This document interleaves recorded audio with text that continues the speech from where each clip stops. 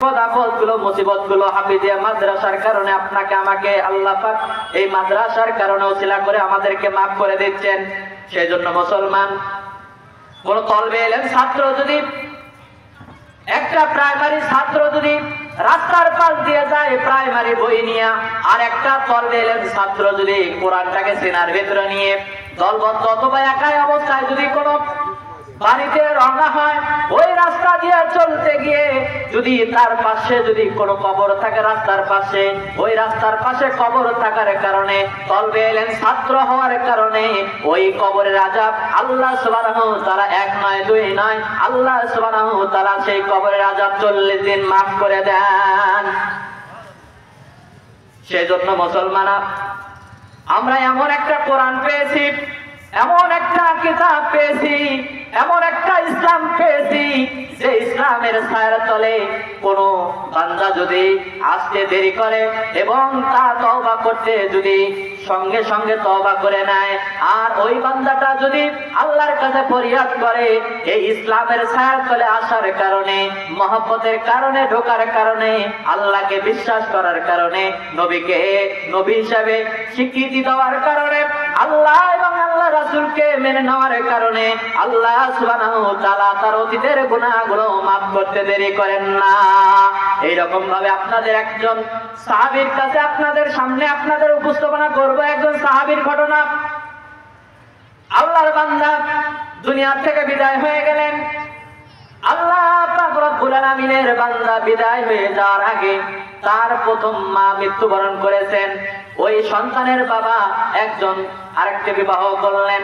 বিবাহ করার পর এই সন্তানকে লালন পালন করতে পারেন না।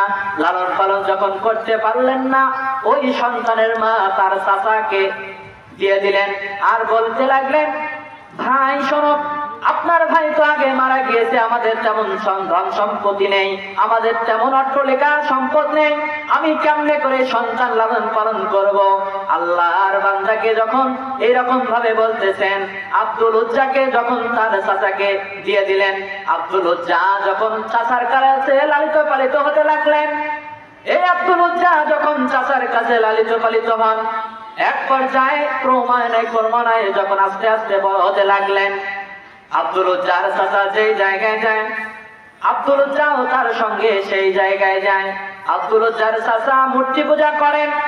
এই দেখা দেখি করে আপনার আমার কোন সন্তানকে নিয়ে যদি বাজারে যান, আপনি যদি কোনো কাজ করেন, আপনার সন্তান আঙ্গুল ধরে ধরে যাবে বাজারে, আপনার দেখা দেখি করে আপনার সন্তান আপনি যেগুলো কাজ করবেন সেই রকম ভাবে আপনার সন্তানও কাজ করার জন্য চিন্তা করেন। মুসলমান বাবাজিরা আমার, এইরকম ভাবে সন্তান যখন আব্দুল উজ্জা যখন চাচা মূর্তি পূজা করতে লাগলো, চাচার দেখা দেখি করে ভাতিজা আব্দুল উজ্জা মূর্তি পূজা করা শুরু করলেন। এইরকম ভাবে মূর্তি পূজা করলেন।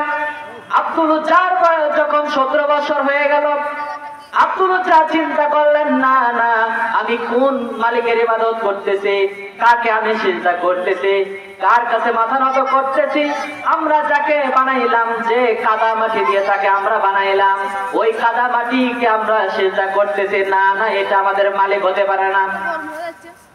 আব্দুল উজ্জা যখন চিন্তা করেন, না না, এটা আমার কোনো মালিক হতে পারেন না, আব্দুল উজ্জা চতুর্দিকে বিশ্বনবীর কথা জানেন, বিশ্বনবীর কথা শোনেন, বিশ্বনবীর কথা শোনেন, কিন্তু প্রকাশ করতে পারতেছেন না।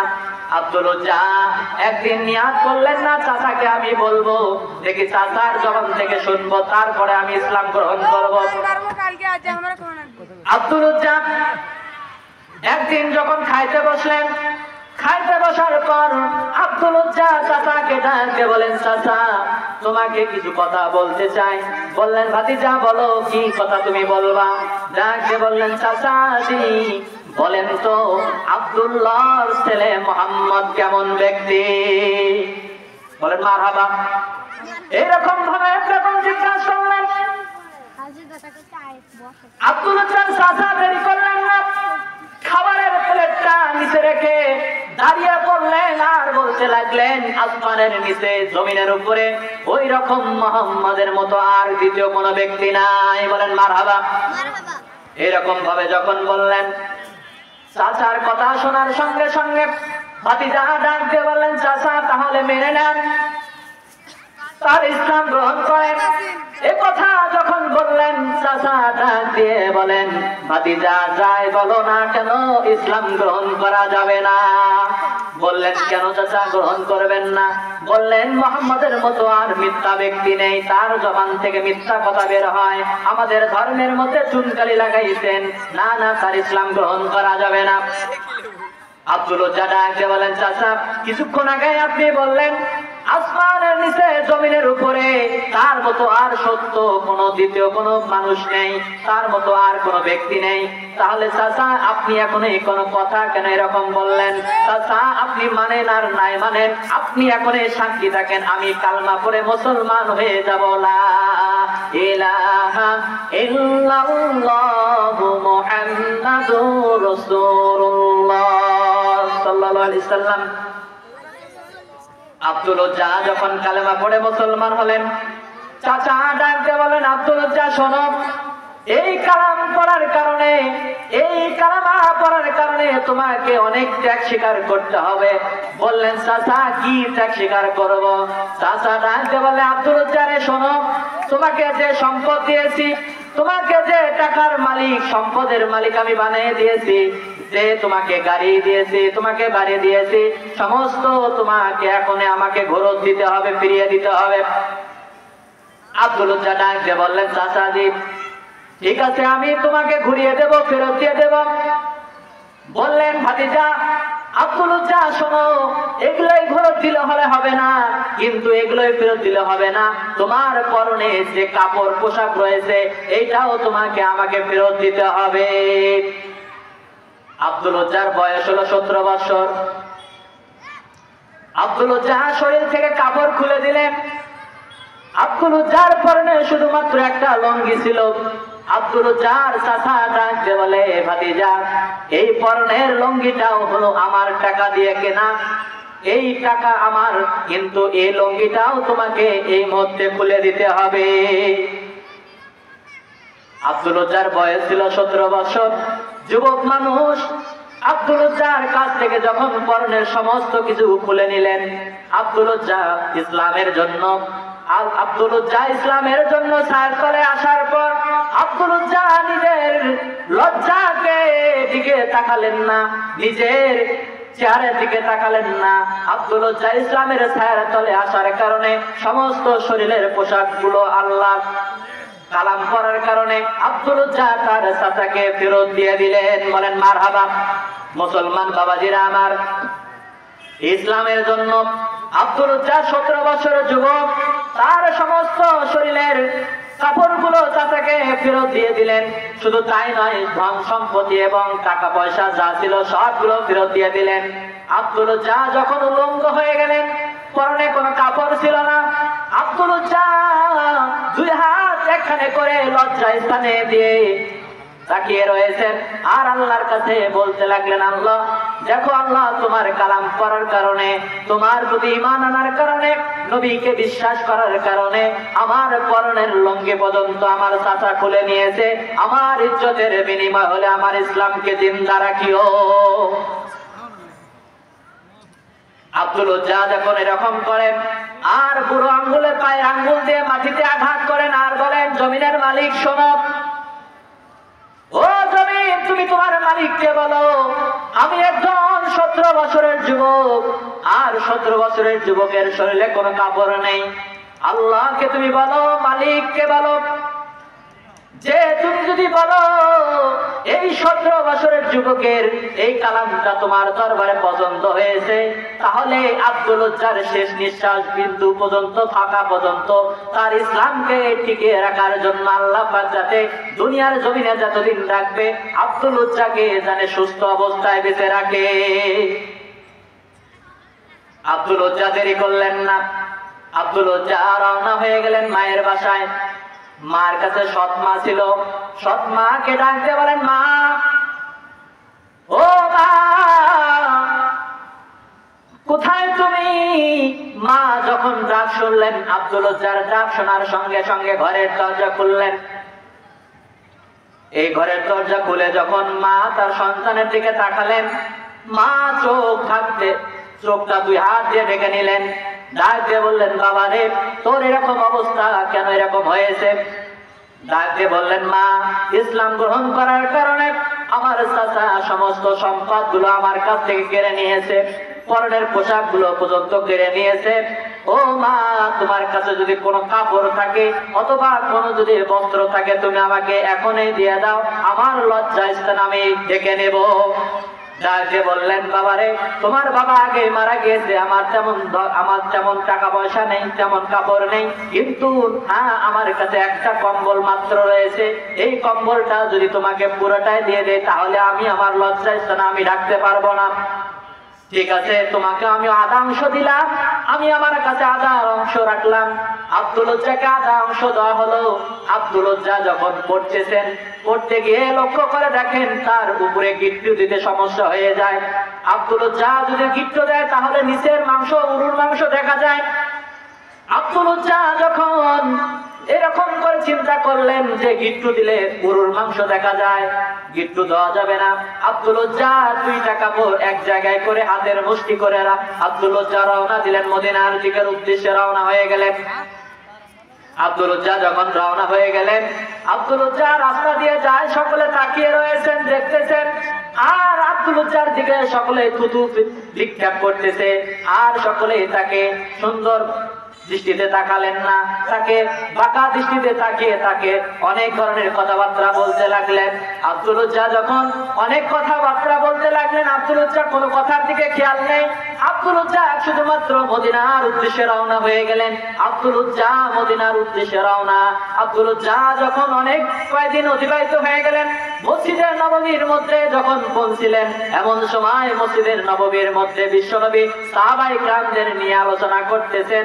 আব্দুল উজ্জা ওই সময় ওই আব্দুল উজ্জা যখন লক্ষ্য করে দেখতেছেন, এটা কোনো সাধারণ মানুষ হতে পারে না, আমি শুনেছি তার চেহারা উজ্জ্বল এবং তার চেহারা থেকে তাকালে ক্ষুধা নিবারণ হয়ে যায়। আমি যখন দাঁড়াইলাম, দাঁড়ার সঙ্গে সঙ্গে আমার ক্ষুধা নিবারণ হয়ে গেছে, আমার বুঝতে আর বাকি নাই, এইটাই হলো বিশ্বনবী। আব্দুল উজ্জা মসজিদের নববীর মধ্যে দরজা ধরে দাঁড়িয়ে রয়েছেন। আব্দুল উজ্জার কয়েকদিন থেকে খানা নেই।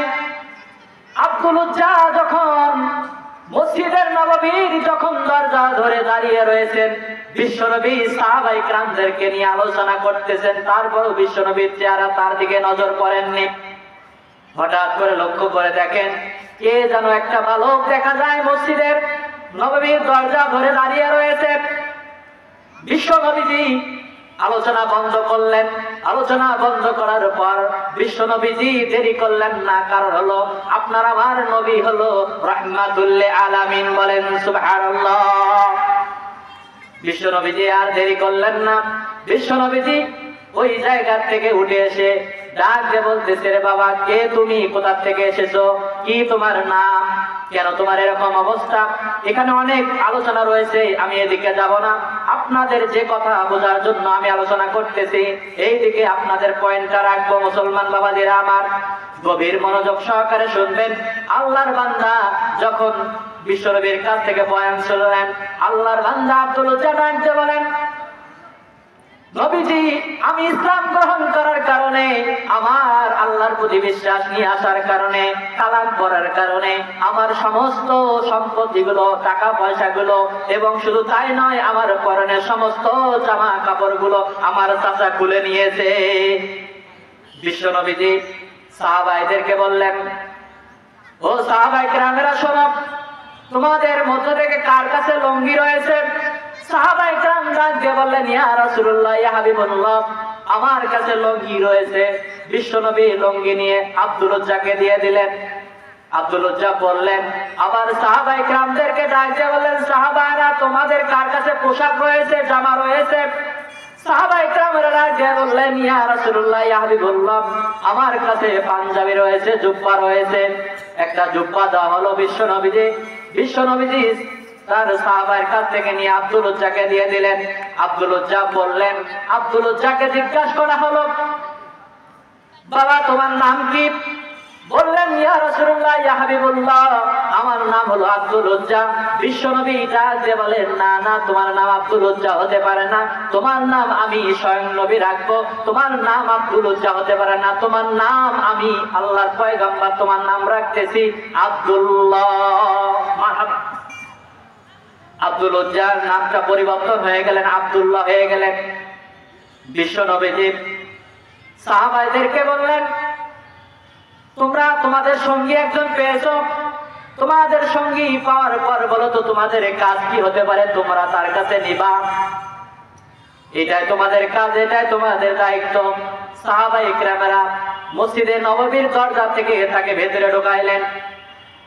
ঢোকানোর পর বিশ্বনবীজি যখন চলে গেলেন, রাত হয়ে গেছে, এমন সময় রাত হয়ে যাওয়ার পর আব্দুল উজ্জা ঘুমাতে পারেন না, কে জানি আওয়াজ দিয়ে ডাকতে বলে, আব্দুল্লাহ, তুমি যে জন্য ইসলাম কবুল করেছো, যে জন্য তুমি ইসলাম কবুল করেছো এবং ইসলামের ছায়ার তলে এসেছো, তুমি কেন ঘুমের ঘরে, তুমি এখন এই কোরআন তেলাওয়াত করা শুরু করে দাও। বলেন মারহাবা। এই কোরআন তেলাওয়াত করা শুরু করলেন।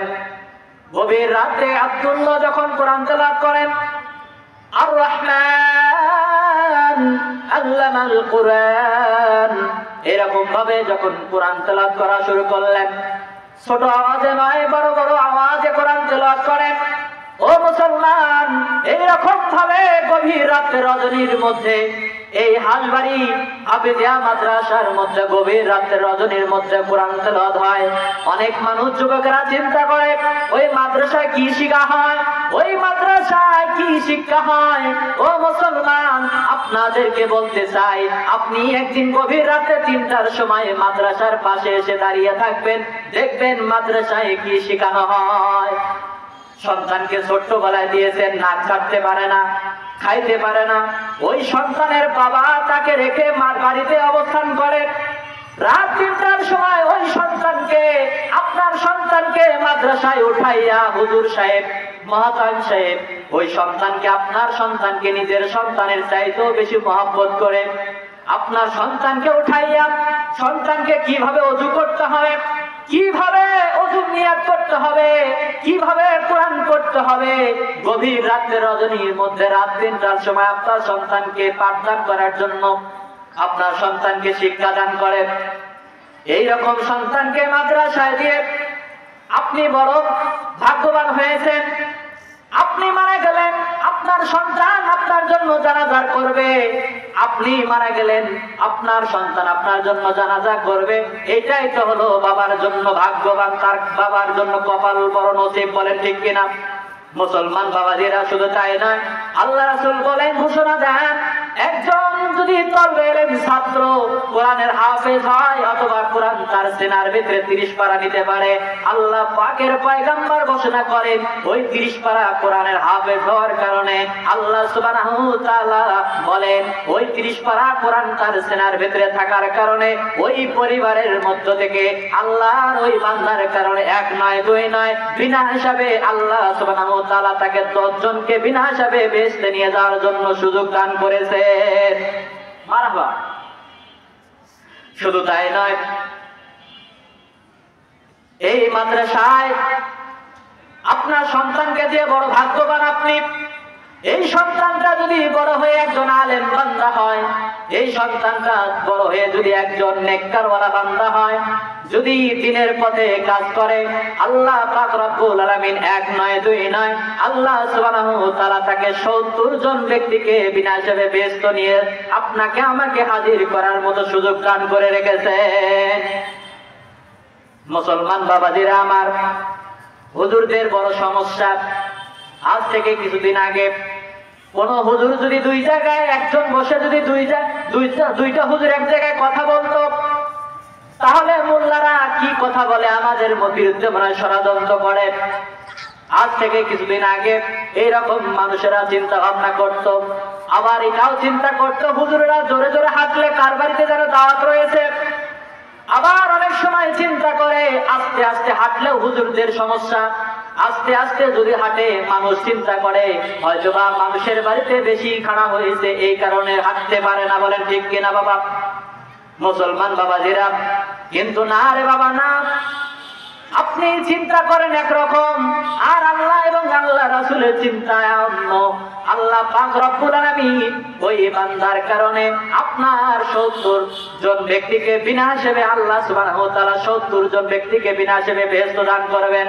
মুসলমান বাবাজিরা, আপনি যদি মনে করেন হুজুর একটা অন্যায় করেছে, না রে বাবা না, আপনি অন্যায় করলেন, এটা আপনারও বিচার হবে, হুজুরেরও বিচার হবে, কিন্তু আপনার বিচার হবে প্রকাশ্যে, আর আল্লাহ সুবহানাহু ওয়া তাআলা আপনার আমার প্রকাশ্যে করবে। কিন্তু আলেম বান্দা তলবে এলেন ছাত্রের বিচার করবে আল্লাহ সুবহানাহু ওয়া তাআলা 70টি পর্দার ভিতরে। বলেন মারহাবা। আব্দুল উজ্জার কথা বলতেছিলাম। এই আব্দুল উজ্জা জোরে জোরে চিল্লে কোরআন তেলাওয়াত করে। আজকে আমাদের সমাজে অনেক যুবক রয়েছে কোরআন তেলাওয়াত করতে পারে না, অনেক যুবক সন্তান রয়েছে নামাজ পড়তে পারে না। আমার পরিবারে 4 জন সদস্য, উদাহরণস্বরূপ আপনাদেরকে বলি, 4 জন সদস্যের ভিতরে শুধুমাত্র মা নামাজ পড়ে, বাবাও পড়ে না, ছেলেও পড়ে না, মেয়েও পড়ে না। বলেন এরকম পরিবার আছে কি আছে না মুসলমান? এমনও পরিবার আছে 4 জনের ভেতরে শুধু মা পড়ে আর বাবা পড়ে, ছেলে মেয়ে পড়ে না। এমনও পরিবার আছে মাও পড়ে না, ছেলেও পড়ে না, মেয়েও পড়ে না, বাবাও পড়ে না। বলেন এরকম পরিবার আছে কি আছে না? আমি একদিন হঠাৎ করে গেলাম, একজনের বাসায় গেলাম, মাগরিবের নামাজ, এমন সময় মসজিদ একটু দূরে, মসজিদ দূরে থাকার কারণে তাকে বললাম, বোন আমাকে নামাজ পড়তে হবে, মাগরিবের নামাজের সময় তো অল্প, মসজিদে গেলে আমার নামাজ আমি জামাত পাবো না, তাহলে আমি নামাজটা এখানে আদায় করে নেই। বললেন ঠিক আছে। আমি বললাম তাহলে আমাকে নামাজ পড়ার জন্য জায়নামাজি দেওয়া হোক। জায়নামাজি চাইলাম, আমার বোন ডাক দিয়ে বলে এখানে খোঁজে, ওখানে খোঁজে, ওখানে খোঁজে, জায়নামাজি খুঁজে পায় না। এক পর্যায়ে বললো, ভাই রে, জায়নামাজি তোমার ভাগিনা জানি কোথায় নিয়ে রেখেছে। আমি সকালবেলা জোহর নামাজ পড়লাম, আসর নামাজ পড়লাম, মাগরিবের পূর্ব মুহূর্তে এই জায়নামাজি এই জায়গায় রেখেছিলাম, কিন্তু জায়নামাজি তো খুঁজে পাই না। ডাক দিয়ে যখন এভাবে বলল, আমার চিন্তা বুঝতে আর বাকি নাই, যদি জায়নামাজি থাকতো অবশ্যই ঘরের কোনো এক কোনায় হলেও জায়নামাজি খুঁজে পাওয়া যায়। বলেন ঠিক কিনা? এমন পরিবার আছে যে জায়নামাজি তার বাড়িতে নেই, এমন পরিবার আছে কোরআন আছে, কোরআনের তেলাওয়াত নেই। সেই জন্য মুসলমান, আজকে তাফসীরুল কোরআন মাহফিল,